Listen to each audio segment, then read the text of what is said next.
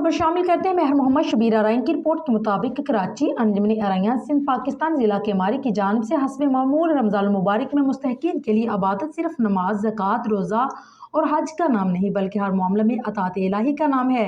अतात में हकूकुल्लाह और हकूकुल इबाद दोनों शामिल है। गुज़िश्ता रोज़ दूसरा राशन तकसीम प्रोग्राम हाजी असलम अराइन के डेरे पर किया गया। इस मौका पर अंजुमन अराइयां सिंध जिला के मारी के तमाम ओहदेदारान और मेम्बरान मौजूद थे।